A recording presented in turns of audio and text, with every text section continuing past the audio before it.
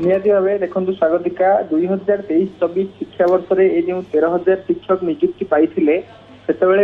चुक्ति भित्तिक शिक्षक भाव में सरकार नियुक्ति देते परवर्ती समय यही शिक्षक माने नहीं असंतोष व्यक्त करते कही आम जो शिक्षा व्यवस्था तृणमूल स्तर में छात्र छात्री मानू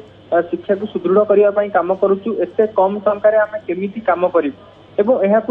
बारंबार दाबी आंदोलन करते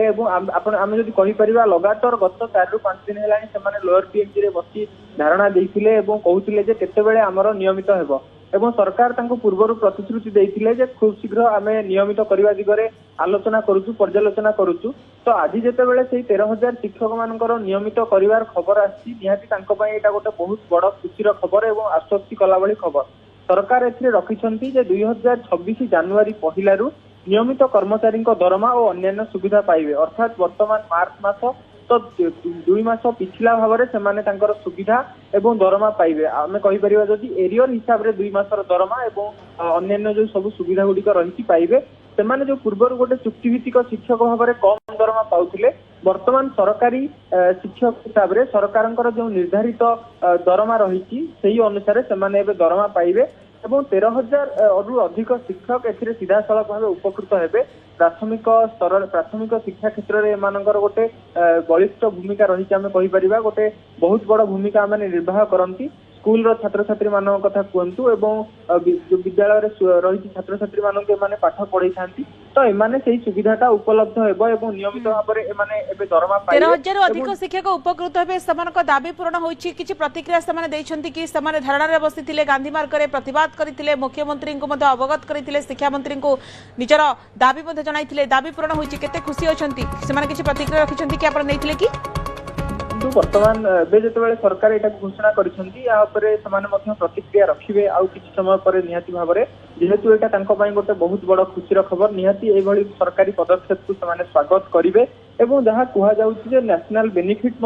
2025 डिसेम्बर 31 तारीख पर्यंत माने यही शिक्षक माने चाकरी योगदान समय ठारू माने जो 2023-24 वर्ष में नियुक्ति पाई से 2023-24 वर्ष ठारू योगदान 2025 डिसेम्बर 31 तारीख पर्यंत नेशनल बेनिफिट जो जातीय नेशनल बेनिफिट कथा जो आम कहूचे से मिलियो बोली जहाँ सरकार स्पष्ट भाव में जणाइछन्ति एवं जो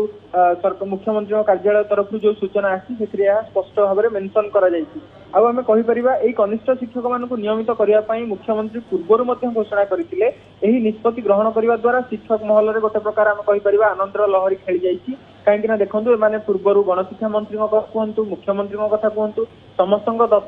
जो कार्यालय को जाती समस्ते एने जिते आवेदन करते नवेदन करते नियमित कर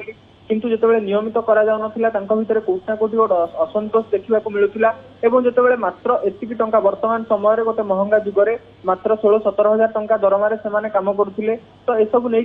गोटे असंतोष थिला तो आज जिते नियमित कर निहाती भाव में गोटे खुशी लहरी खेली जाइए आम जदि कहीपर सारा राज्य में 13,000 शिक्षक शताधिक संख्यार स्कूल रे माने शिक्षादान करुछंती तो जेतेबेले नियमित करा कोटी से गोटे खुशी